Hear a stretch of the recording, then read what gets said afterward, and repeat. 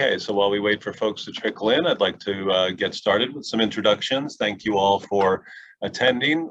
This is the first session of the second annual Global Ocean Governance Lecture Series. It is co-sponsored by Monmouth Institute for Global Understanding, which I direct, and Monmouth's Urban Coast Institute, directed by Tony McDonald, who will be joining us shortly.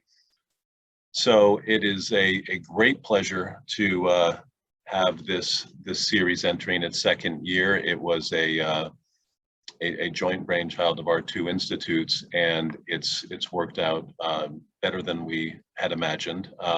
One of the silver linings of the pandemic has enabled us to connect with experts from all over the world on ocean management issues, and that surely would not have been possible in the traditional in-person environment. So we've placed all of those recordings from last year's series. We had 4 sessions. Those are on the Global Ocean Governance Lecture Series webpage on the Urban Coast Institute website. And this first session from today will be added to that when we're finished. My name is Randall Abate, and I've been here at Monmouth for, I'm in my 4th year now, and directing the Institute for Global Understanding now in my 2nd year. And this is certainly a fantastic topic we have for today's panel, focusing on current issues in global whale management from a variety of perspectives. So I want to just give you an overview of what the format will be in terms of our coverage for today. So we are going to hear from each of our 3 experts for 15 minutes each. And we will have hopefully at least 20 minutes at the end for Q&A. I encourage you to type your questions for our speakers into the chat. I will be moderating that discussion at the end. And we've had very robust Q&A sessions in our previous series lectures, so I'm looking forward to that. So we have very extensive bios in our event page for this program, so I'm only going to introduce the speakers by name and title so we can have as much time as possible to hear from each of them. Before we do get started, I see that Tony McDonald has joined us, and I want to briefly allow Tony to give some welcome remarks from the Urban Coast Institute. Thanks, Randy, and it's a pleasure to be here. So I'm a little bit late. It's nice to see a few familiar faces, Howard, and to meet a few new folks. It's been really a great effort for UCI to work with the Institute for Global Understanding on this seminar series. And this topic couldn't be more timely. What's going on in this region, what's going on internationally, the upcoming climate convention, the Convention on Biodiversity, all the things that are going on in DC right now with regard to, I think, greater awareness of what we can learn from science, what we can learn from sort of the activities that live sustainably in the ocean, to be sure some of our great creatures thrive in the future. I think this really could not be more timely. So thank you, Randy, for organizing this panel, and I look forward to the discussions. Thank you very much, Tony. And I'm also excited to mention that Tony and I just today officially confirmed our travel plans for COP26 in Glasgow in the first week of November. So there's going to certainly be plenty of ocean and climate dialogue going that we're going to soak up as much as we can and bring back to campus and enrich this series a bit as well. I'm also excited to note that I am wearing my whale tie in honors of today's theme, so didn't want that bold fashion statement to go unnoticed. So we are going to start with Dr. Howard Rosenbaum. He's the director of the Ocean Giants program with the Wildlife Conservation Society. And Howard, the virtual floor is yours, and look forward to hearing your remarks. Well, thank you, Randy and Tony, and I'm very pleased to be here today. I'm going to share my screen. Hopefully this goes off without a hitch this time. And I'm really going to kind of set the stage, talking about some of the work that we've been doing at WCS over the last 30+ years, but really focus in, as Tony just mentioned, about some of the issues around here in the New York Bight and in the Mid-Atlantic region. And I think it'll set the stage nicely for Francine and Cam's talks. So what I have to, as someone that grew up in this area, when had the ability to see my first whales off the coast of Long Island, there is this amazing recovery story taking place in the New York Bight right now, and to kind of put that in context, I mean, we have these amazing charismatic humpback whales that people well know, two of the largest animals that ever lived, the blue whale and the fin whale, and one of the most endangered animals on this planet, the critically endangered North Atlantic right whale. And this recovery that we're seeing in the New York Bight, which we geographically term from the coast of Montauk to Cape May, New Jersey, sometimes seeing these animals would have been considered the sighting of a lifetime, just as recent as a decade or two ago, and now they're somewhat becoming more commonplace. And so that's raised a whole series of issues about protections and governance, and what we do about this. And so that it's really important to put that in perspective. And I want to talk a little bit about how we're learning more about these animals and the science behind some of these issues. But first, in order to do that, I have to tell you a little bit about my screen. Oh, there it goes. Just froze for a second. A little bit about the systematic depletion of whales throughout the world's ocean and why whales are in this process of recovery. So even before, not going back too long, just over the last 100+ years, it was estimated there were nearly 3 million whales killed as a result of the modernized commercial whaling effort. And that doesn't even factor in all of the historical pelagic efforts that occurred in the centuries before.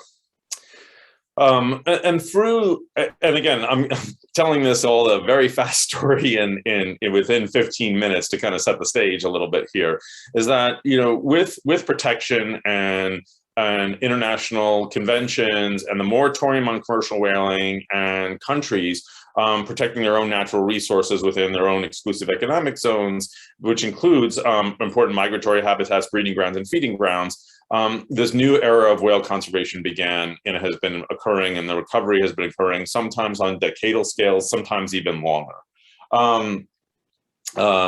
And so we know what that can look like through some of our own work off the coast of the east and west coast of Africa and the Gulf of Guinea, and off the coast of Madagascar, where we've been working on these whales for many decades, have seen their serial depletion. And can you see the mouse if I show this right here, like me waving this? Perfect.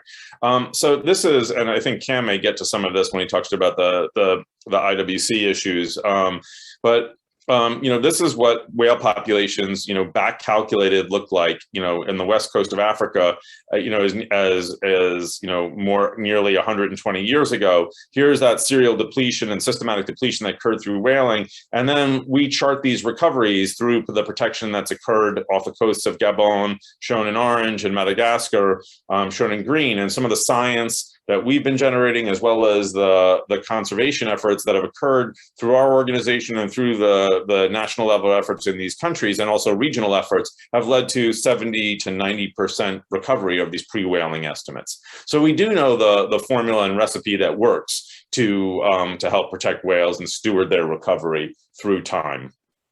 A little bit about the program that I oversee as a global program at WCS. So I'm just taking a quick step back, and we work in these 6 major regions throughout the world's ocean on a variety of critically endangered to threatened to recovering populations of whales, dolphins, and other marine mammals. So I'm not going to get into all these places, but this is the global program that I oversee.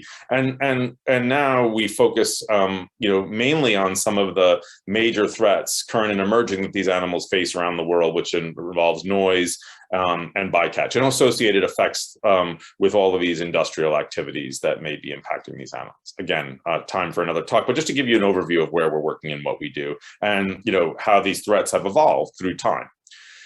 So back to our backyard here, if you will, in the New York Bight. And I think many of the folks here maybe are from the New York area, or at least know the interest that the whale swimming up the Hudson has generated a couple of years ago, and how people have gotten excited seeing that iconic lunge feeding animal with the Empire State Building in the background.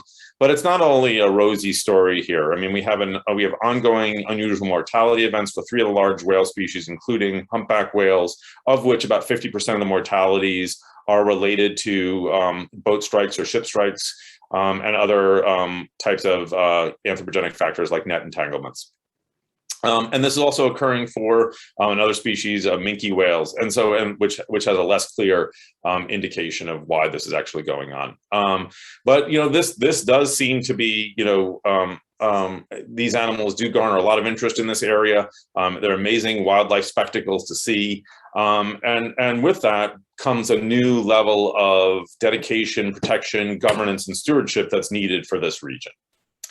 And again, some of the major threats that we're talking about relate to, that these animals face, not necessarily on the whaling front in this region anymore, but, relate to fisheries interactions and entanglement, ship strikes, noise, whether it's from, seismic surveys, academic or industrial shipping, and eventually pile driving, and the concerns about habitat alteration or modification, especially with large scale offshore wind development occurring. And we've done a lot of work on these fronts to guide best practices and, for all of these types of threats, but there's more work that needs to be done. And I'll give you I hope to give you a couple of glimpses behind some of that right now.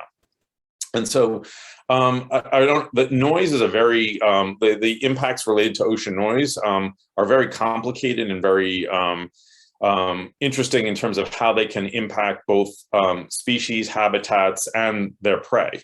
They can be chronic and acute. They can have behavioral disturbances. They can mask vital communications. They can even cause damage and death.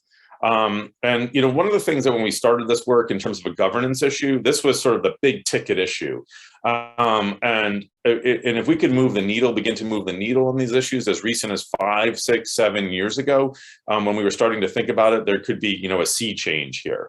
And what began to happen was both the local communities and the global community began to recognize the impacts of noise, both for fish, whales, prey, and coastal communities. And so this kind of became a very big issue and kind of rose to the forefront for national governments, and even the United Nations Convention on Law of the Sea held a review on this, for which we were, as a subject matter expert and participant in their review. So there are efforts to reduce noise in these key areas like breeding grounds and feeding grounds, and those are, what can, bring about change, provided that, that actually does happen effectively.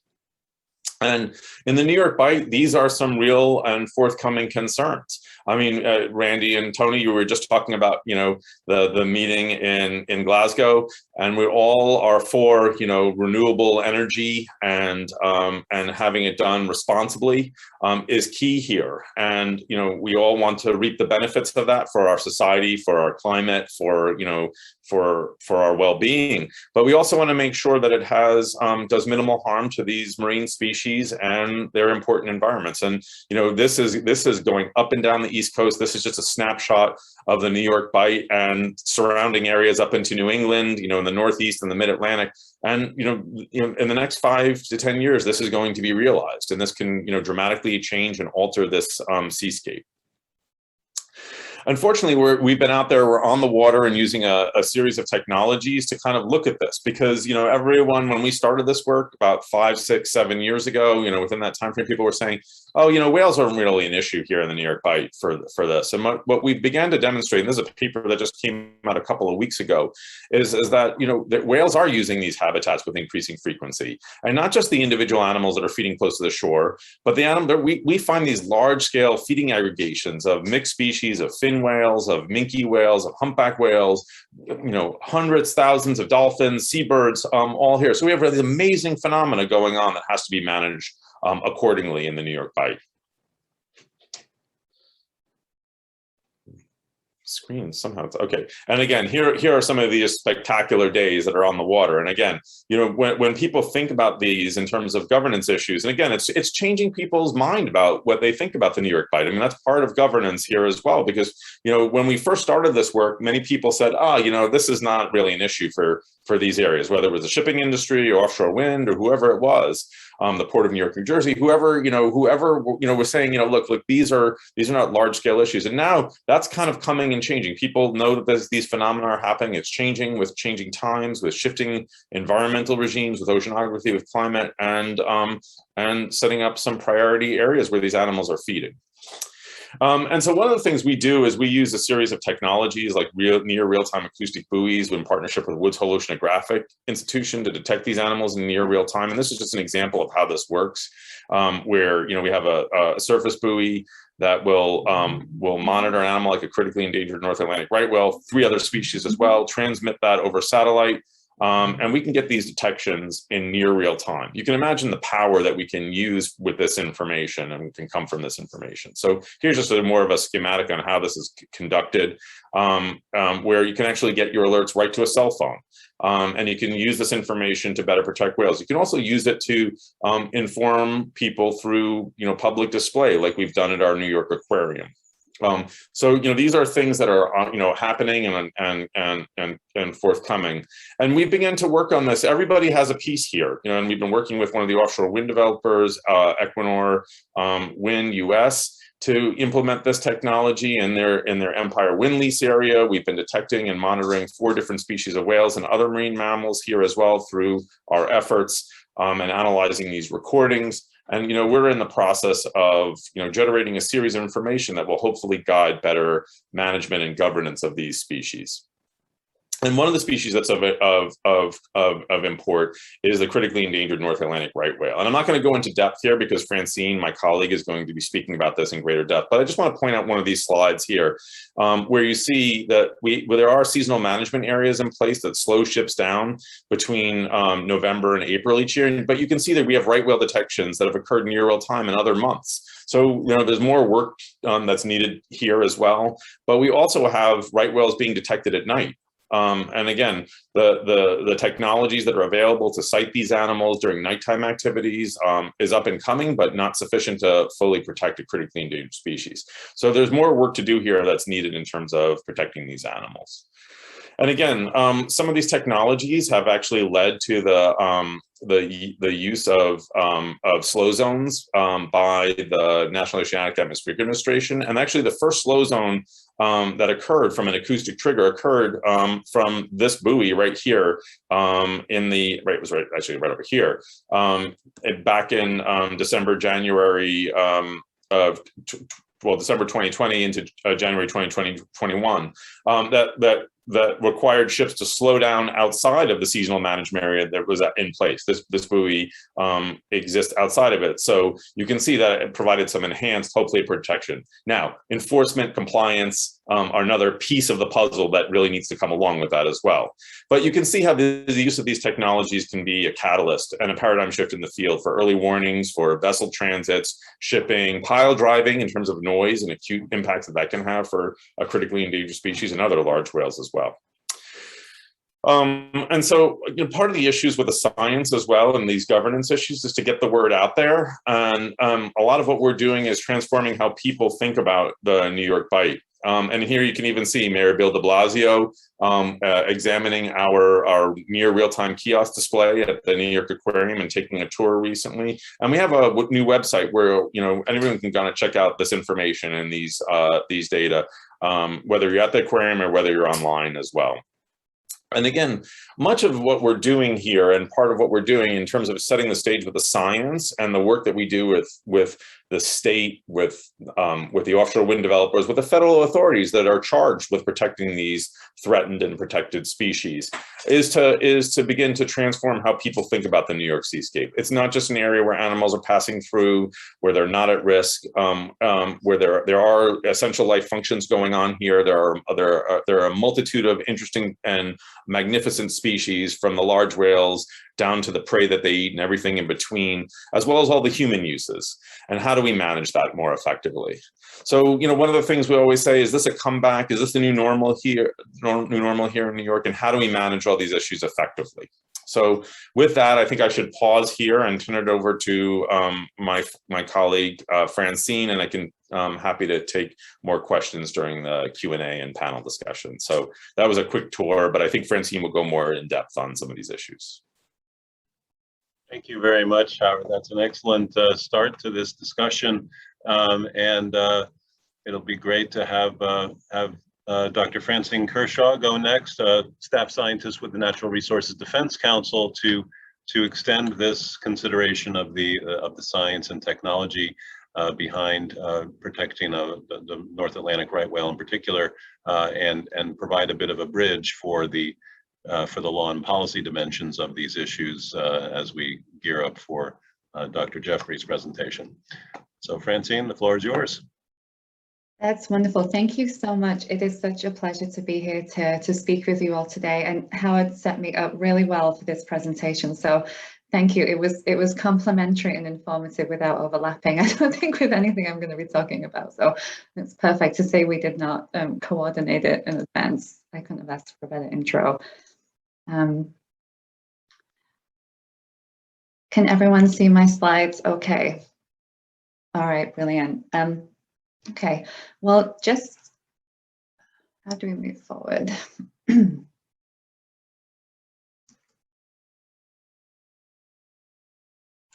One moment. Actually, the full slide is not displaying. It's cut off a little bit. There we go. Okay. Okay, perfect. It's working. I just needed to click the mouse once and we were good.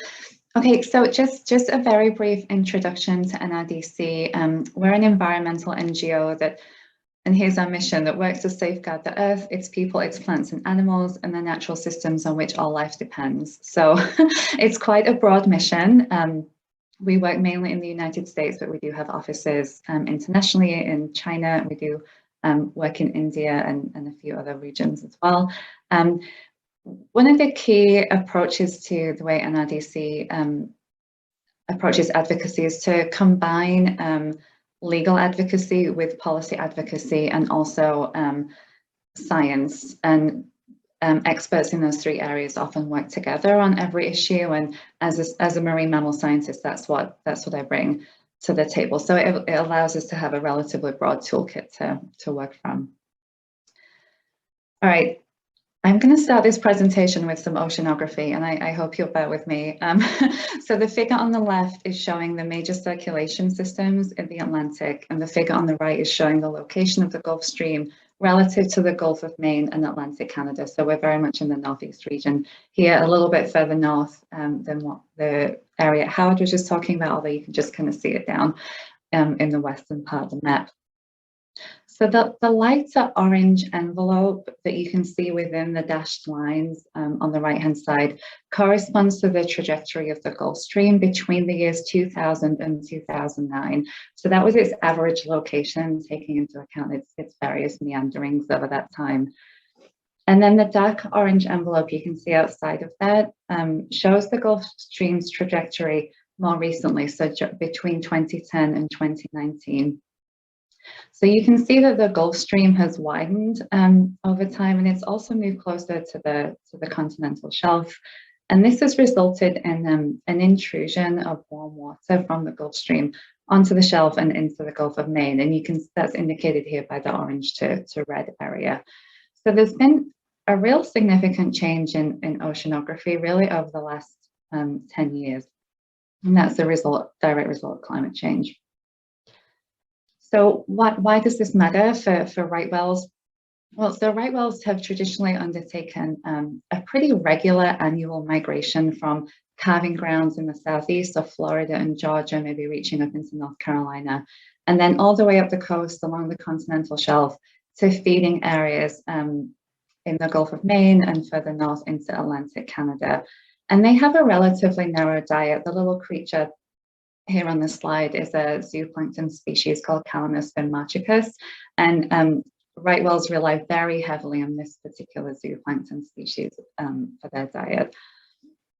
So Calamus it's really sensitive to water temperature and oceanographic conditions. And so as the Gulf of Maine has warmed, the distribution of calmness has actually shifted.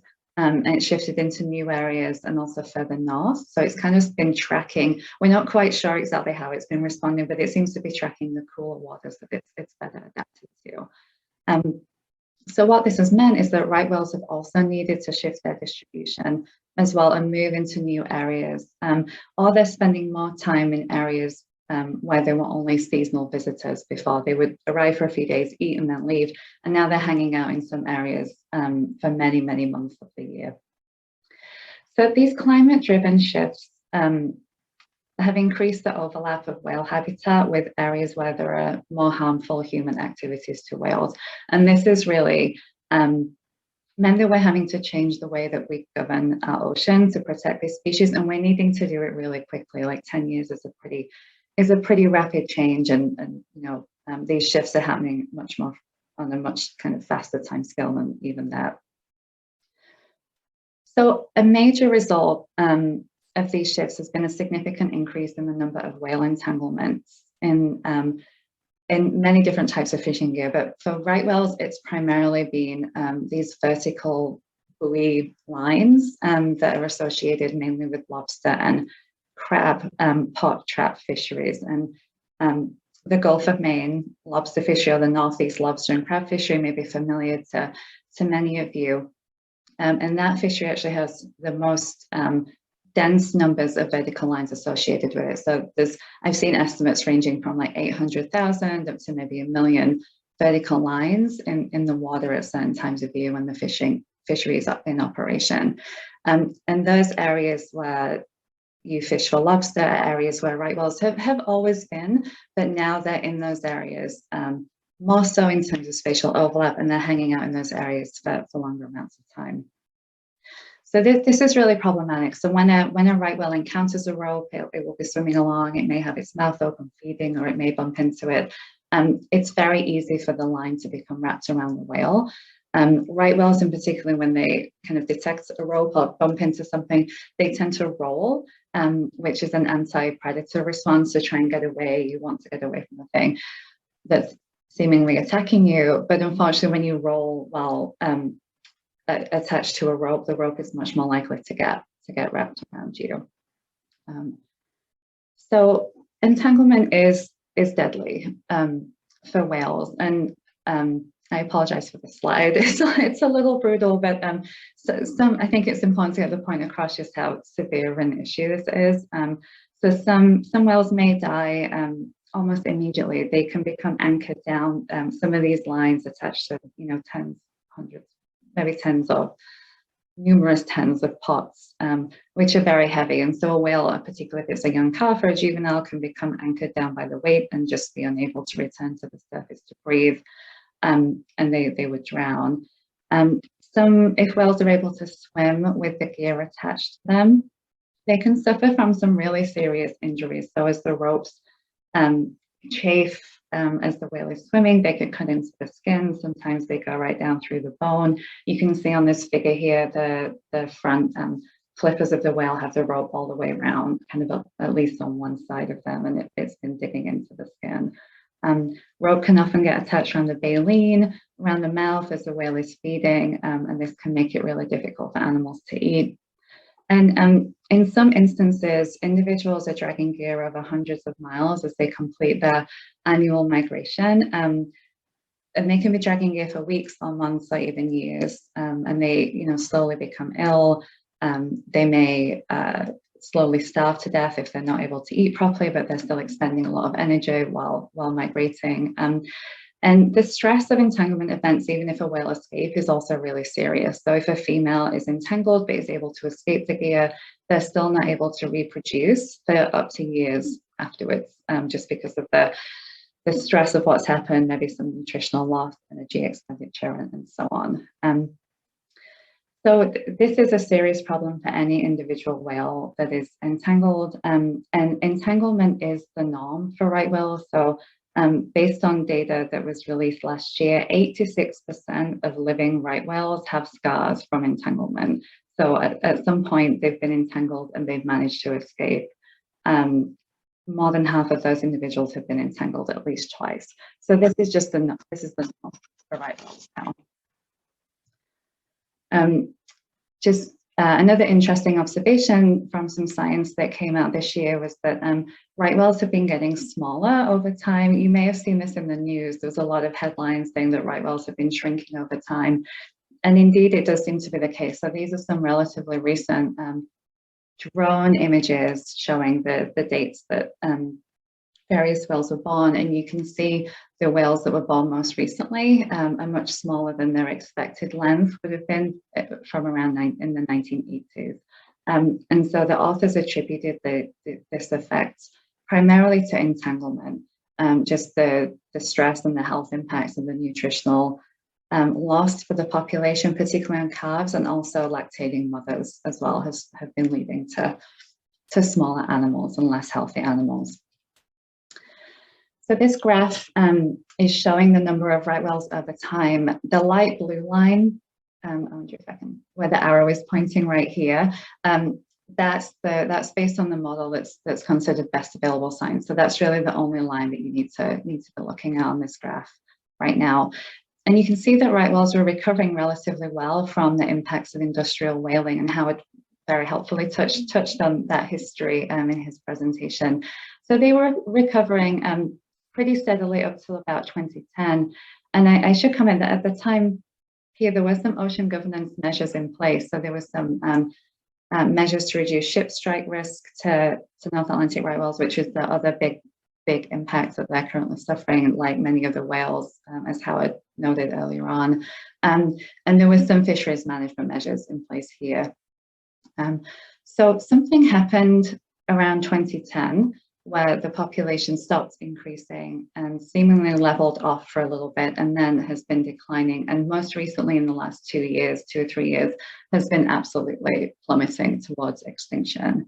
So this timing, you may remember from the oceanographic side, coincides with the shift of the Gulf Stream and changes in prey distribution and right whale distribution, which place the species in greater direct harm of fishing areas and also shipping lanes. And so that's when we've really started to see the number of entanglements increase, the severity of entanglements increase, and the number of ship strikes has gone up significantly as well.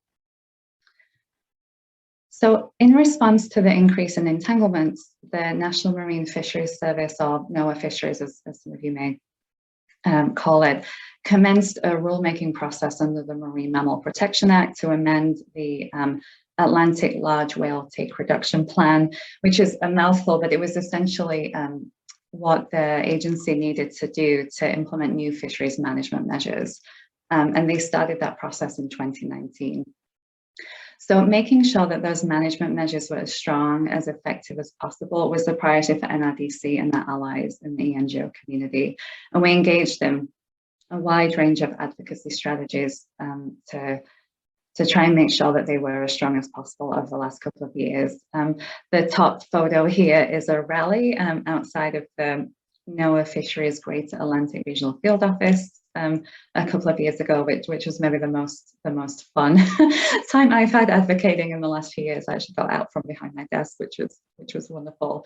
But you'll see, as the bottom picture indicates, that the lobster industry is also engaged in equally strong and potentially stronger advocacy efforts against any major changes in their fishing practices that they were really concerned about. So unfortunately, the final rulemaking that came out only about a month or two ago, in that rulemaking, the agency balanced these different interests in a way that is insufficiently protective of right whales. So the level of risk reduction required to save the species was inadequate. So the level that the agency was targeting to meet as the best case scenario does not reflect the level of risk reduction needed based on the number of animals alive right now, because it's so recently implemented. Sorry, excuse me. The management measures that are required need to be strengthened. Only very few of them would be considered to be effective or reduce entanglements. And then the agency did this interesting thing where, instead of reducing the risk of entanglements to a number of whales per year that's required by law to be done immediately. They actually have undertaken a phased approach that they'll eventually meet that number in 10 years following 4 different rulemakings. And that approach is actually illegal under the Marine Mammal Protection Act. So as Howard was saying, that there is more work to do. So at the same time that right whales are declining, we need to fight climate change. An analysis that NRDC conducted several years ago indicated that offshore wind must be part of our clean energy mix if the US is going to meet our clean energy goals and our emissions reduction goals.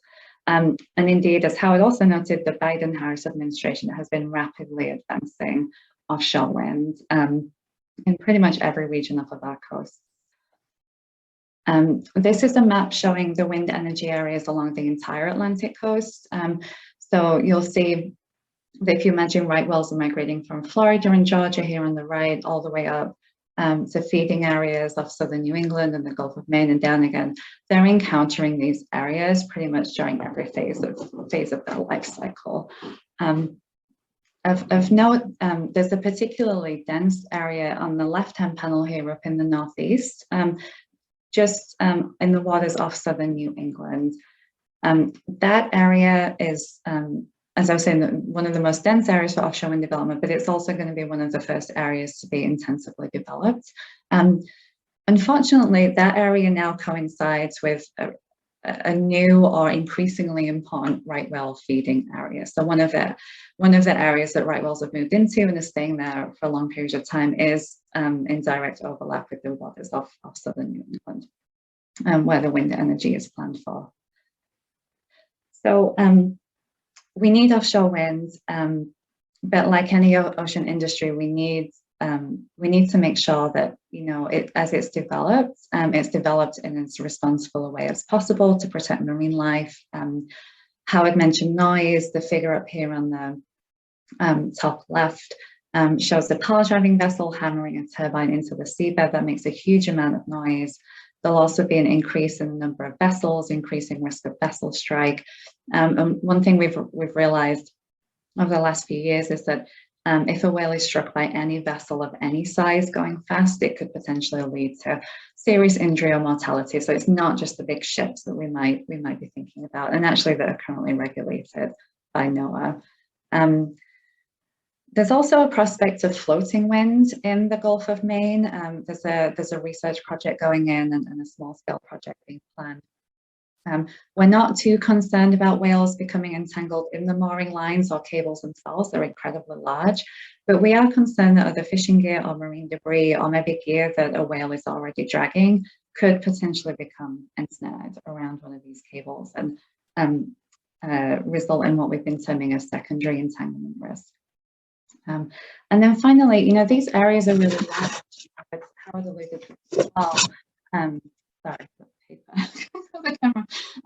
You know, each one of these project sizes is around 100 turbines. There are about 1 nautical mile apart from one another, and then there are contiguous wind projects being developed side by side. So we just don't know how right whales or other species are going to respond to these areas. Will they be attracted to them? Will they be able to feed the same way, or will that become difficult, or will they avoid the area? And there's no really way for us to know that until development has happened. So just very quickly moving to some solutions. And, you know, I'm not usually the type of person to think that technology is going to solve all of our problems. As you could tell by the paper that just went across the camera, I'm still very much a pen and paper kind of person. But I do hold a lot of hope that technologies are going to help us better govern our oceans so that we can save this species and also advance offshore wind responsibly, which is critical. So there are ropeless fishing systems being actively tested and already used commercially in some areas around the world. These systems stow the vertical line and the buoy at the sea floor with the pot or trap on the seabed, or they replace the rope entirely with an inflatable lifter bag. So when a fisherman wants to retrieve the gear, they can activate it remotely. They can go out to the site, press the button like remotely opening a car door, and the buoy and the rope will come up to the surface, or the lift bag will come up, and they can retrieve their gear within a matter of minutes. So you are, minimizing hugely the amount of time that the rope is in the water, if it's used at all, for fishing. And then for offshore wind, there are now effective noise reduction technologies that can be installed around the turbine during pile driving to attenuate noise produced. There's been some real strides in how effective those technologies are in the last couple of years. And there are also turbine foundations that don't need to be pile driven, like hammered into the seabed, that can be installed much more quietly. On the right here, you see a fairly large vessel, but this is a service operating vessel that can act like a hotel at sea for offshore wind construction workers and technicians. And so what this means is that because workers can stay out at sea, there isn't this daily rush to get to and from the wind energy site, which means that vessels have to travel really fast. So what this allows is for a vessel to move much more slowly and be much less likely to seriously impact a whale if a strike is to occur. And there are also a number of technologies in development right now to monitor and potentially remove marine debris from those floating wind cables as well. So I think the point that I'll pause on here is, I think one crucial thing we think about governance and how to advance these things is that all of these technologies can be manufactured here in the US, generating US jobs and aligning with the Biden-Harris Made in America agenda, right? This was a fact sheet on the executive order 14005 that was released in July. And so we hope that, by aligning these different interests, it will help expedite the progress we need to see in terms of ocean governance and species protection, and also solving our huge climate change concerns as well. I'll pause there. Thank you so much. Thank you very much, Francine. That was very informative. Lots of valuable information on some cutting edge science and technological developments, picking up from where Howard's presentation took us. So, and a really nice segue into some of the law and policy dimensions of whale governance. So that sets the stage very nicely for Dr. Cam Jeffries, Associate Professor at the University of Alberta, Faculty of Law, and giving us the Canadian perspective and Indigenous rights perspective to whaling issues. Cam, it's all yours. Excellent, thank you. My slides are coming through okay, Randy? Great. Okay, I'd like to first just take a moment to thank Randy and Tony for the invitation to present some of my ongoing research here, and then also my co-panelists, Howard and Francine, for leading with the data and the images, which will hopefully keep people around for some of the law and policy legwork that I'm going to speak about for today's discussion. I'd also like to mention that the ongoing research that I'm doing in this area is funded by SHRC Canada as part of an ongoing investigation of Canada's approach to marine mammal conservation and whaling, both domestically and internationally.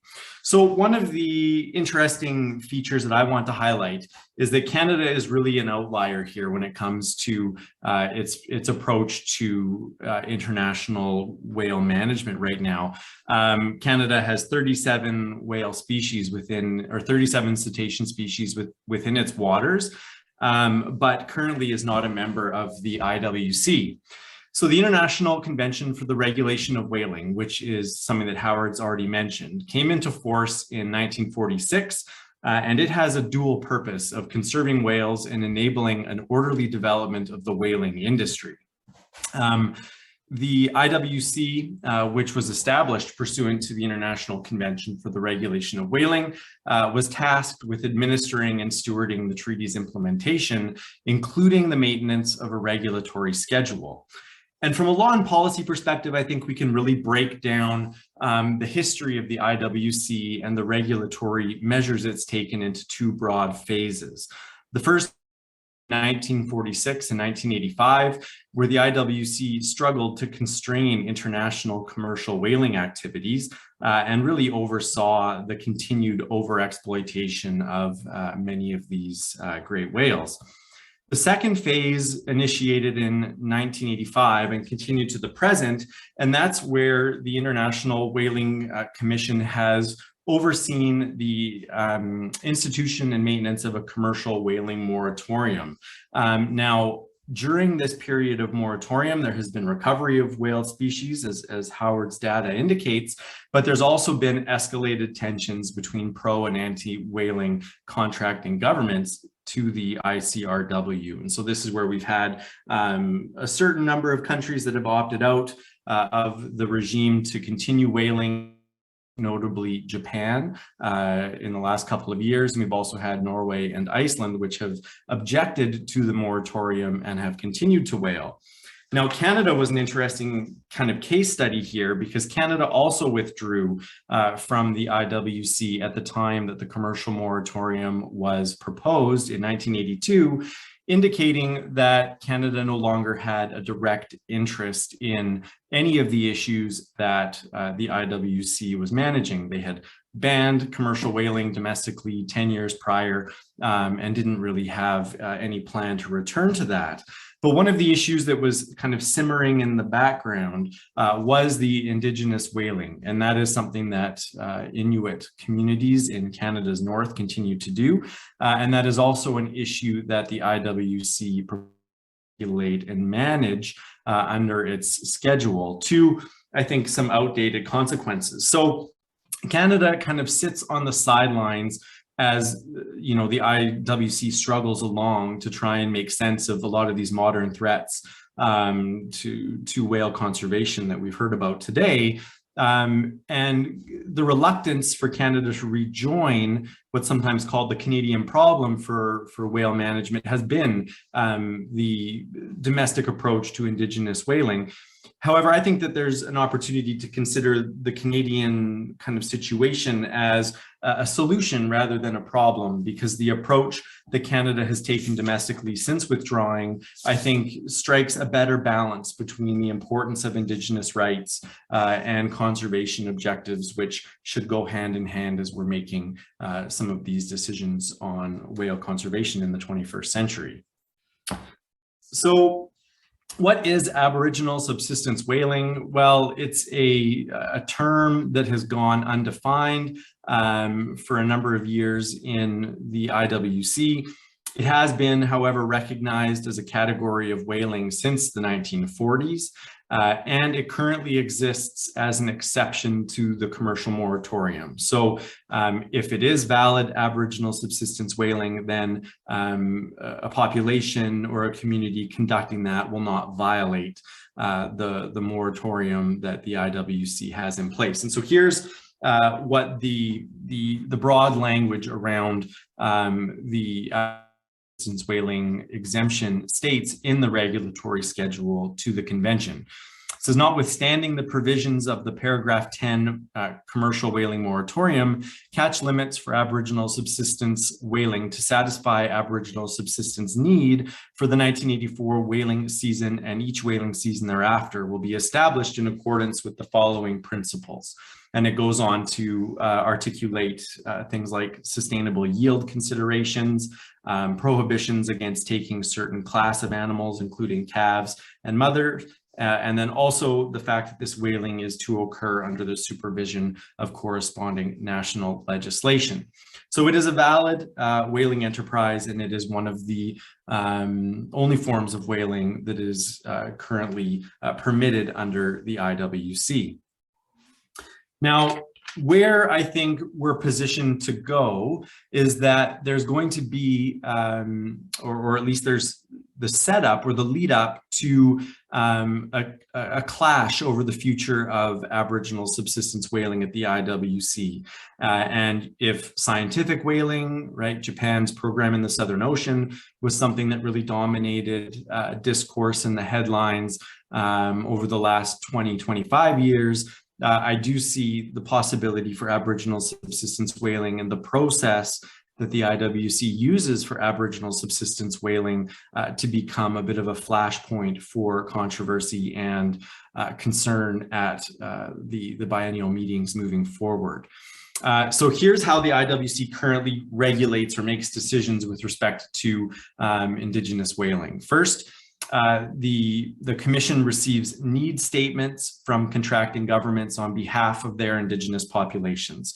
So for example, the United States will submit its need statements on behalf of the First Nations communities in Alaska and in Washington State that are looking to continue their limited whaling program.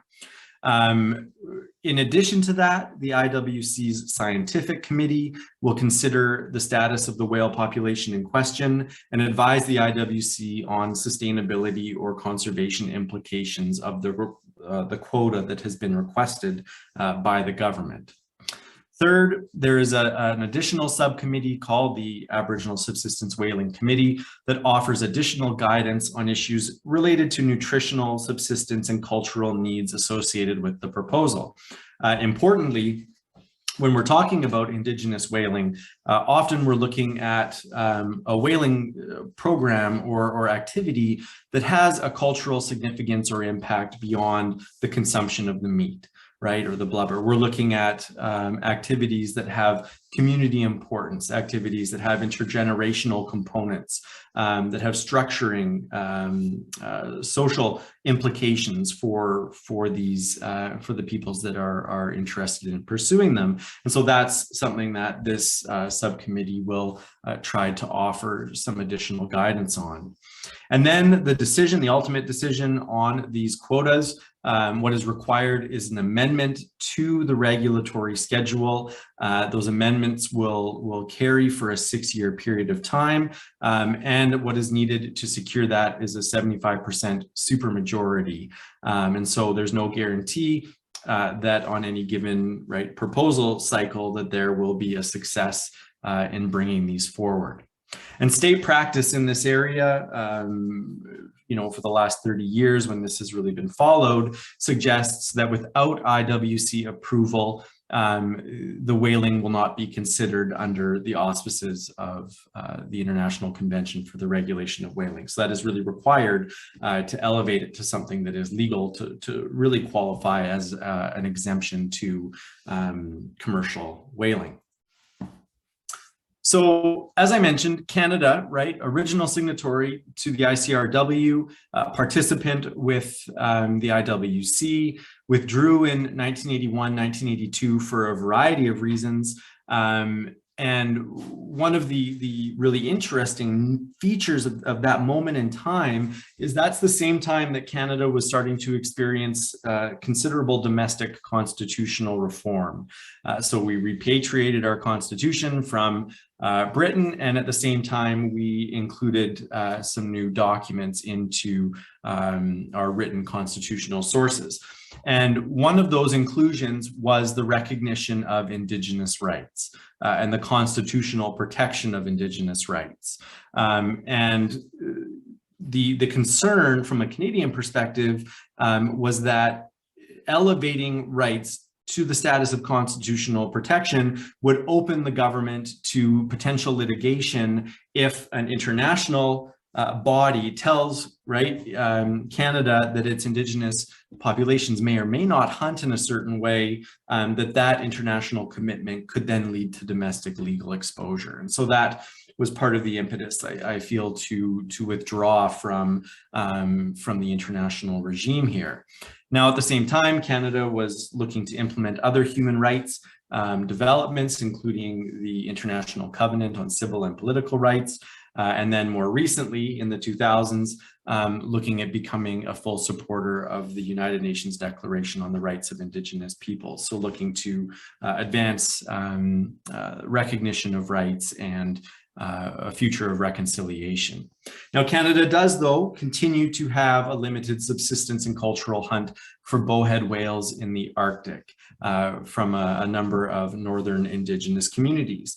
And so the question becomes, in this domestic program that Canada's developed to reconcile rights and ecological considerations with its future of Indigenous whaling, can lessons be learned from that for reforming this outdated approach to Aboriginal subsistence whaling at the IWC? Can there be, right, can we simultaneously, you know, entice a country like Canada, which has this long coastline, significant whale presence, to rejoin efforts for a better future for international whale management by looking to some of the solutions that would be available to resolve this long-standing problem? So how is the bowhead whale hunt managed in the Canadian environment, the Canadian legal environment? Well, the Inuit hunting, which is quite limited, right? We're talking about at a maximum 7 animals per year. The population of the bowhead whale in the Arctic is around 9,000 animals, I believe. So it's a very limited hunt. And the hunt occurs pursuant to harvesting rights that are guaranteed in modern treaties that were struck between the Government of Canada and First Nations communities. So the Nunavut Land Claims Agreement and the Nunavik Land Claims Agreement, which are modern articulations of Indigenous rights domestically. Now, each of these agreements allows for the harvesting of animals up to the full level of his or her economic, social, and cultural needs, subject to any limits established by co-management boards. And importantly, this is a key distinction. The Inuit communities and associations are invited to to be partners in this decision-making process. Traditional ecological knowledge and the Indigenous experience are utilized in coming to these decisions, as opposed to decisions being made and then foisted upon a community. These decisions are subject to government ministerial approval, so executive approval. However, if that executive approval was denied in a way that violated the rights that are enshrined in these agreements, that would open up the government to legal exposure and constitutional challenges. And so that's where the potential recourse comes into play.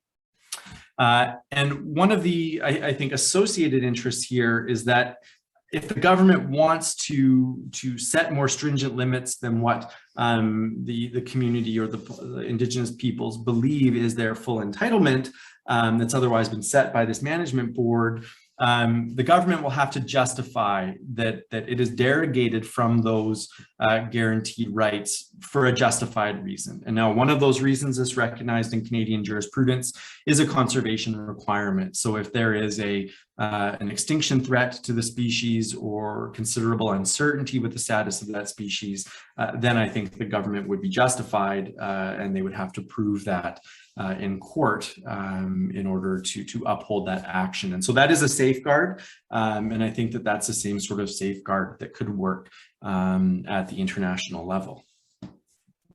So this Canadian experience, I think, really sheds some light on the tensions that continue to play out at the IWC. And one of the tensions there is, can the IWC affirm and implement Indigenous rights that are recognized at international law, rights to culture, rights to Indigenous harvesting, self-determination, the right to dignity and diversity of cultural experiences? Can the IWC recognize those rights and simultaneously achieve its conservation objectives going forward? And can it do that better than it currently is? This process has been tested on a couple of occasions. Greenland via Denmark looked for an updated quota on some of the large whale species that it hunts through its Indigenous populations in the 2012-13 year moving forward, and the IWC proposal. And Denmark eventually allowed Greenland's Indigenous populations to set their own catch limits in contravention of what the IWC had said. And so that led to some of the tensions that were, or manifest some of the results of these tensions that we're starting to see. And the problem is there's limited recourse for states in this position. They could try and object to the amendments, but there's no guarantee that that objection would carry weight. And right, one of the only other areas of recourse is to withdraw from the treaty regime if you feel like the Indigenous experience is being minimized or not being protected at the domestic level. And there's even less recourse for Indigenous communities because their experience is being presented by their government to the IWC. There is no direct role in the decision making, and that is something that needs to be resolved in order to modernize this approach.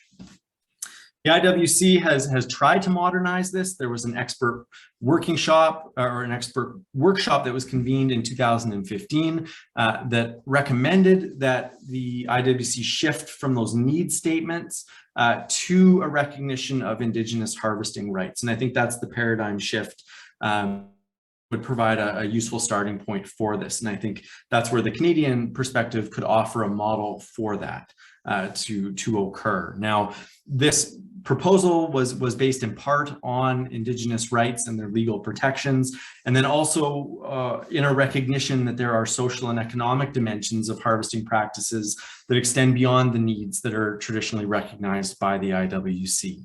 Now, Professor Wold has argued that perhaps we could work with the current approach to include new criteria developed with Indigenous peoples to capture these cultural needs, and also introduce a process for reconsideration of proposals if they're voted down to align the current approach with Indigenous rights. And I would say that if we wanted to do something a bit more, I think, adventurous or a little bit more modern, we could look at engaging something like co-management. And so working to engage Indigenous communities formally in the IWC decision-making process, as we see in something like the Arctic Council, and to give these a role in articulating the rights-based approach, which could then form the cornerstone of this moving forward. So I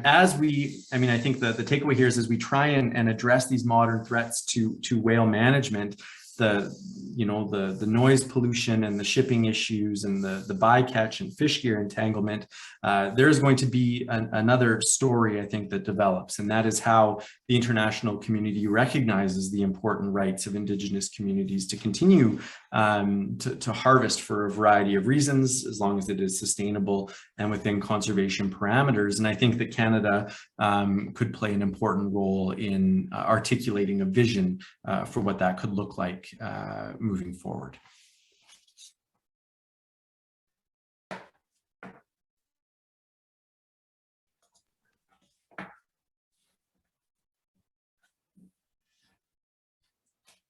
Kim, are you finished? I'm done. Okay, great. Well, thank you so much for that very informative dive into the Canadian and Indigenous perspectives on whaling, and really raised some very interesting legal questions for us. We have limited time. I'd like to extend to 1:20 if our speakers can stick around for our Q&A, to have 15 minutes of Q&A. There are several questions in the chat, and I would ask the speakers if they have brief responses to some of the questions, that you could put those in writing as we go through the verbal dialogue on some of these questions. So I wanted to start on the science side. I believe I saw a question regarding a reduction in size of right whales recently. I assume that's size of the individual specimen and not the size of the population numbers. Any input on the reasons for that, if it's true? Yes, and it is true. There was a scientific paper published this year. So yeah, and I'm sorry I breezed over that a little bit in the presentation. So yeah, right whales are reducing in size, and it's to do with poor health and nutritional stress, both on the calf or juvenile after born, or on the mom as they're lactating. So they're just really struggling to meet all of their needs, and the thing that's taking a hit is they're just not growing as healthy as they were doing. The authors of that paper attributed that pretty clearly to entanglement, because it corresponded with the timing of when entanglement started to increase and get significantly worse. And they were able to do like a comparison of whales that were not entangled versus whales that had been entangled or whose moms had been entangled, and those individuals were smaller. So it's a general indication of just poor health and nutritional stress. So I had saw a question also regarding the relationship of climate change as a threat to both North Atlantic right whales and other species of whales for that matter. And given that it's been such a long-standing threat from entanglement and ship strikes and noise, is there current science about how climate change fits into that mix in terms of a ranking of the most severe threats to at least the North Atlantic right whales first, and then perhaps other species? Sure, maybe I can just start with a quick comment on right whales, and then Howard can probably provide a much broader picture. So I think, if you're right, I mean, absolutely climate change is affecting our oceans in huge ways, and it's affecting almost all marine life. There were some recent IPCC reports that, you know, indicated how serious all of that was.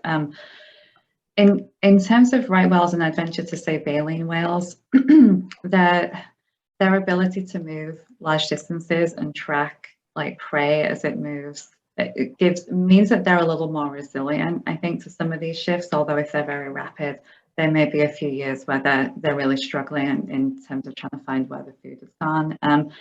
So in terms of a timescale for North Atlantic right whales, they're being killed much more quickly by human activities than they're being, you know, their population is reducing in size because of climate change.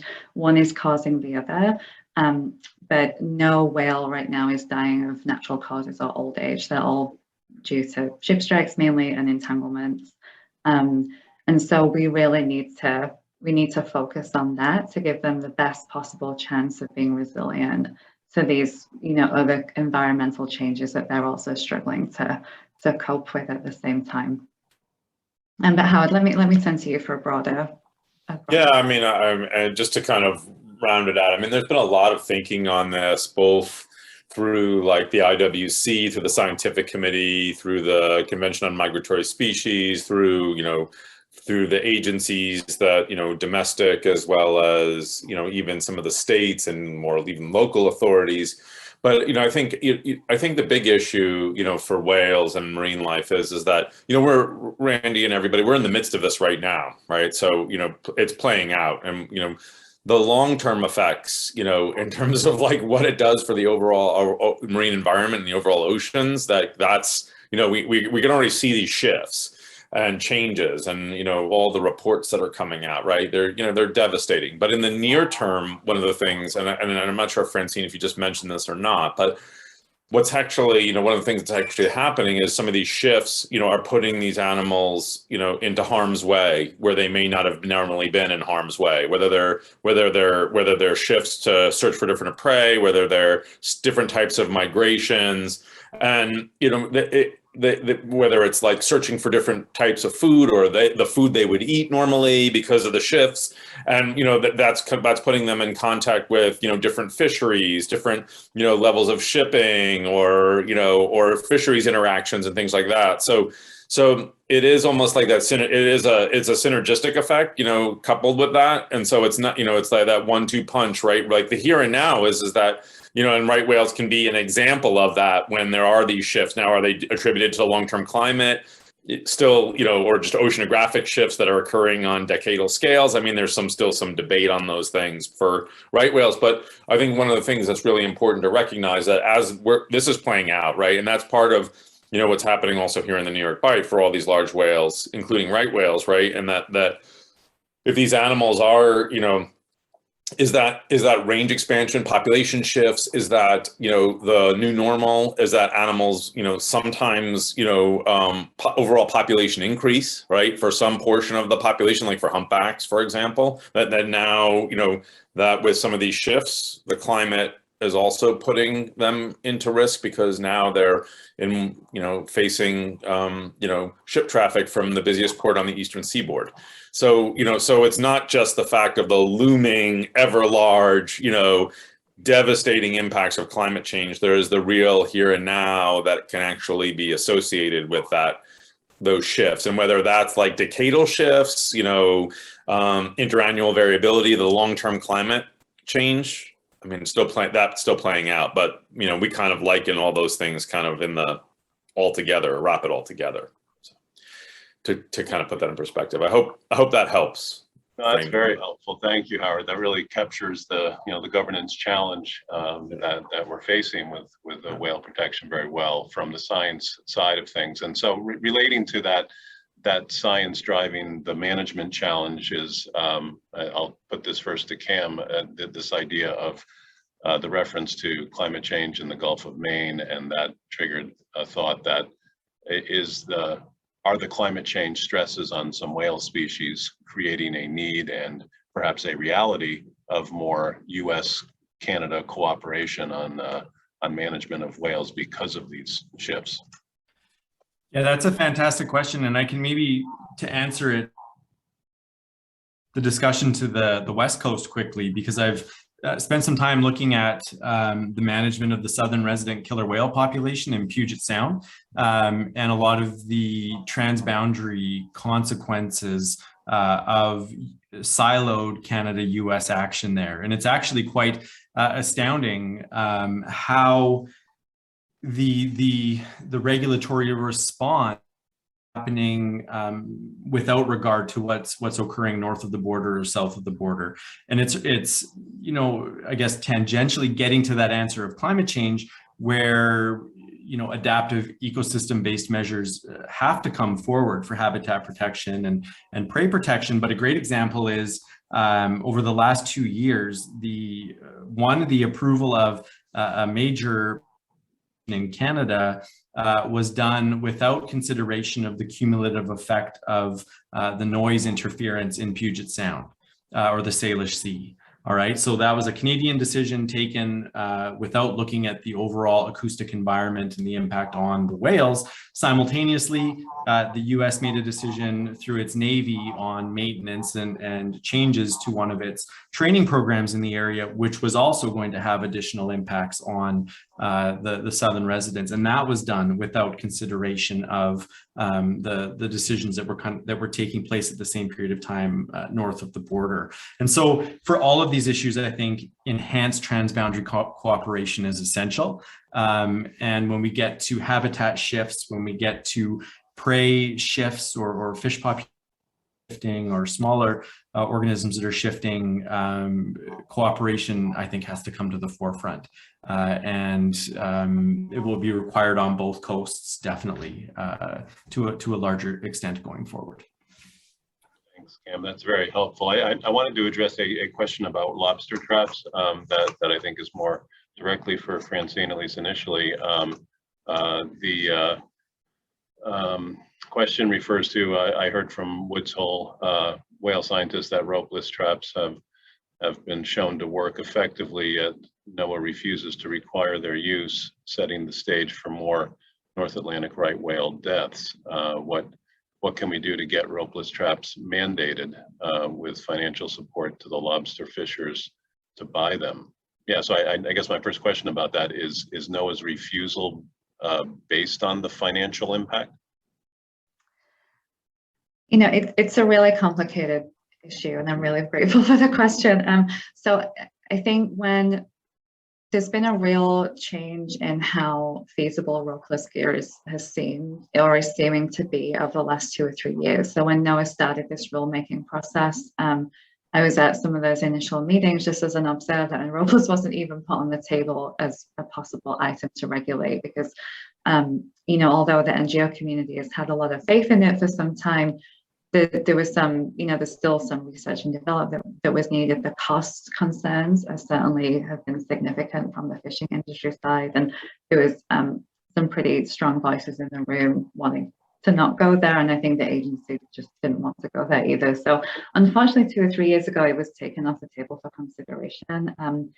what's been really encouraging over the last few years is that there's been so much testing of rhoplosphere in lots of different regions in the world, including the US. Canada has been doing a lot of testing in the snow crab fishery.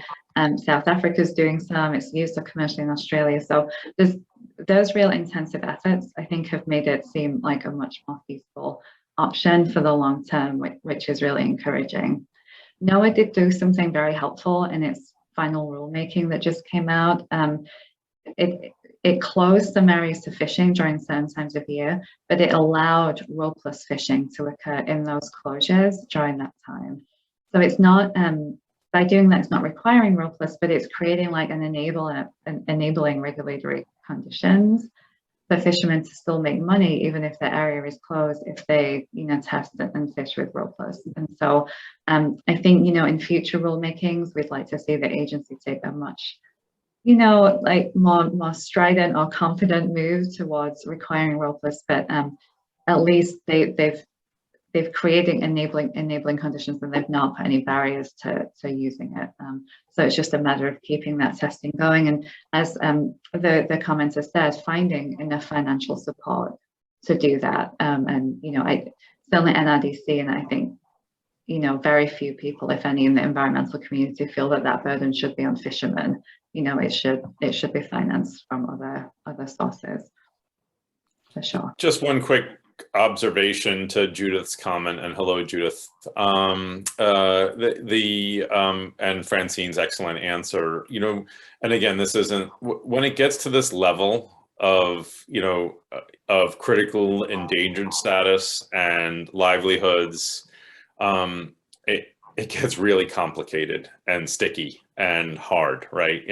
For everybody. And you can think like the North Atlantic right whale and all these fisheries issues. You can think of Akita. You can think about, and they're different. They're not apples to apples, right? They're all different things going on behind them. But the commonality is that it gets exceedingly complicated. Maui's dolphin, like the form of Hector's dolphin in New Zealand, right? All of these issues and gillnets, they get really complicated. And here there's a piece of technology that can be used, but it's these, again, when you're talking about this, like the survival of a species and things that people have been doing for, ages, it just gets very challenging and complicated. And that's why some of the more effective, proactive conservation measures for a lot of these species before we get to this level are so imperative, right? And that's like, what Cam's speaking about, in certain situations it's co-management, right? And that's really important. There's multiple ways we can come about this and multiple tools we can use. Sometimes it's technology, sometimes it's, it's co-management, sometimes it's, better governance and better stewardship and protection. But in these situations, like, and from a conservation perspective, it always seems like it's you're in crisis mode, right? We're in crisis mode. It's this or drastic effects. So the more we can do to kind of get out of those situations, I'm taking a step back from Judith's question, right, in terms of the ropeless and this more larger fisheries issue. So and anything else for that matter. So yeah.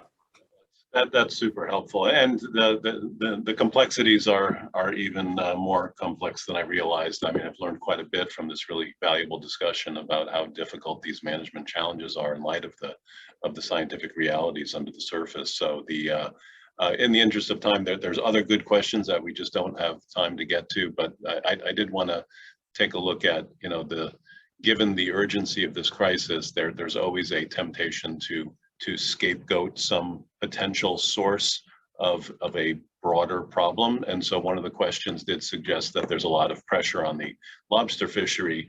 And I'm curious about your thoughts about, is this a fair targeting of their influence on the problem, or is there adequate pressure on the transportation industry as well? Yeah, it's a really good question. And, I only had limited time today, so I focused on a couple of issues, but there is also a lot of work and pressure being done to address the ship strike issue as well. As Howard mentioned, that affects all large whale species. There's a lot of different things happening on that front too. And NOAA itself has assessed its own current vessel strike regulations and determined that they need to be significantly strengthened. They don't regulate vessels of all of the sizes that they need to do. Compliance is really low.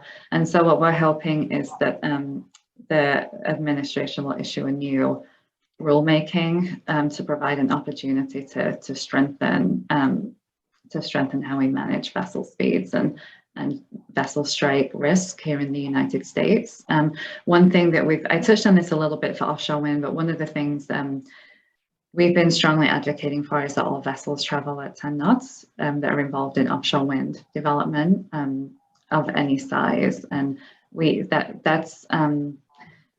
that's a point we've been, it's been tricky for us, right? Because the regulation isn't there to support us. The current ship strike rule isn't as protective as that. And, we're really hoping that at least some offshore wind developers will take that on and set the standard for the industry. And so we've been in active discussions about that recently as well.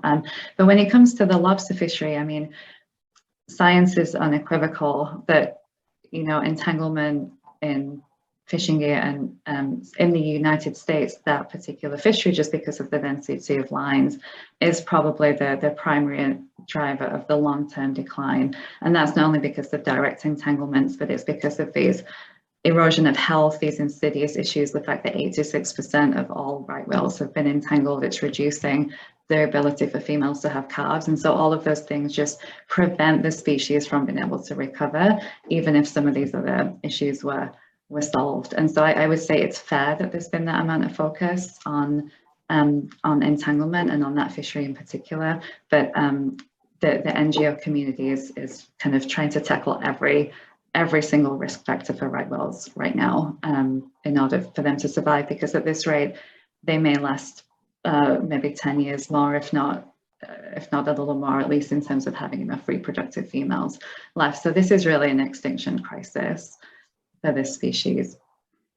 Yeah, and I think we see this issue in environmental regulation and other contexts as well. But this last question I wanted to ask relates to this conversation, and that is getting the private sector to do their parts to get ahead of the issue. So are you aware of any lobster fishers or lobster companies that are making a specific effort to be right whale safe?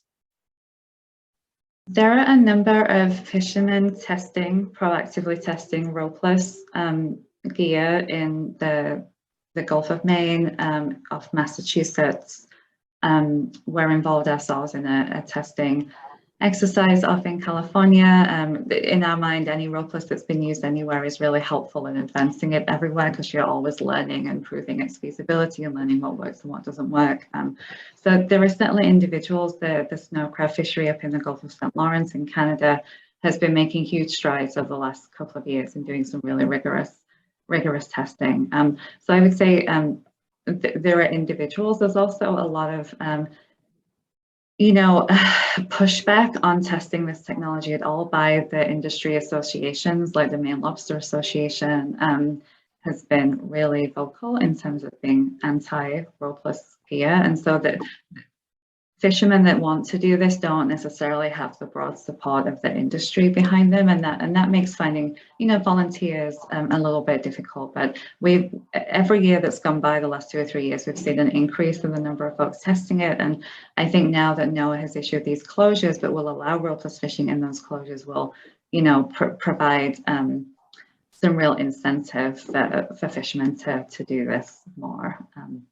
As well. But there are other industries as well. Howard has had a lot of experience working with industry and private sector, and we've been working on this a little bit in offshore wind too. So there's maybe some other context that you'd like to point to. Well, I think it's like, and Francine's exactly right. And again, we've reached this point. And like again, my point was before was just to kind of provide that overall perspective that this is like what happens with the North Atlantic right whale. Like we keep on having this issue, all around the world, right? We don't want to get it to that stage, right? And so that's just where we are. But to your point, Randy, I mean, there's so much more that needs to get done at the regulatory level, particularly where we do have strong governance here in the United States. and we're talking about some of these issues in Canada, right? And I think that's because I think what we're left with is this mix of like volunteer efforts, right? Folks going above and beyond what they're permitted to do, whatever industry it is, right? And some of that, or individual negotiations, what Francine's talking about. We need to get more into some of the incentivizing things, like for ship slowdowns. Those programs do exist through some of the ports and through the national marine sanctuaries. They're climate related, but they can also have a benefit for whales in terms of ship slowdowns as well. And then there's there's certainly the compliance and enforcement piece, as well. I think it's all of those things. So it's not just there is the regulatory framework that's really important. I think it's going to take like a lot of that best practice and actually adhering to those best practices, but then also incentives, compliance and enforcement that's really going to make it all go. Because even with all the regulations, with all of the rules in place, all of that happening, there has to be that will, right, to do the right thing in these places, right? Because there's just not enough. There's typically just not enough enforcement. There's not enough compliance, and there's oftentimes not enough incentive. And sometimes, there's good examples where co-management can work. Those are good examples. There's good examples where industry best practice, comes into place and is utilized very well. And again, I'm giving the broad aspects, backing it out from the acute situation with North Atlantic right whales, but trying to offer some of those, wider perspectives on how we want to come about this, particularly for the east and west coasts, as offshore wind, all of these factors, well, all the cumulative effects, right? And then kind of viewing this cumulatively, right? All of these things, not just in a box, or not from a lease area, or not a shipping lane, right? And I think adaptive ecosystem management, area-based conservation, all of these things where it has to be adaptive and updated and regularly monitored. I mean, it kind of feels like there's a lot of catch up to do on both of these coasts, for North America, even though, there's been some great leading efforts through time. There's a lot of things that, in terms of progressive nature of these efforts that we need to work on. It's been interesting to watch in the Canadian perspective, the use of the Species at Risk Act, so our endangered species legislation, to invoke some of these measures on the East Coast and West Coast for the critically endangered whale species. And building on what Howard said, I think the question is, how do we take those developments and move them, transpose them from endangered species approach to preventative action? Right? So that as we move forward for the species that are not yet at those tipping points, we can take those actions in area-based or adaptive management and precautionary decision-making and enforcement and compliance, and not have to wait until the 11th hour to say that the regime can work. But those measures don't exist in our baseline protections. It waits until they get to that critical triggered. And to me, that's a major shortfall of our legal system. That's a great observation and a great note on which to end this fantastic discussion. It's always a good sign when you go 15 minutes over and you still have a lot left to cover. So this has been super engaging, really great dialogue in the chat with the questions and answers, and our expert panelists have really educated and inspired all of us. I hope in particular for the students in the audience, they come away with a lot of questions and answers from this discussion. So please join me in thanking our outstanding panel today, and this recording will be available on our series page very shortly, to the extent that any follow-up is of interest, and of course to those of your colleagues who wanted to be here and couldn't, please encourage them to visit us. Thank you again, and enjoy your day.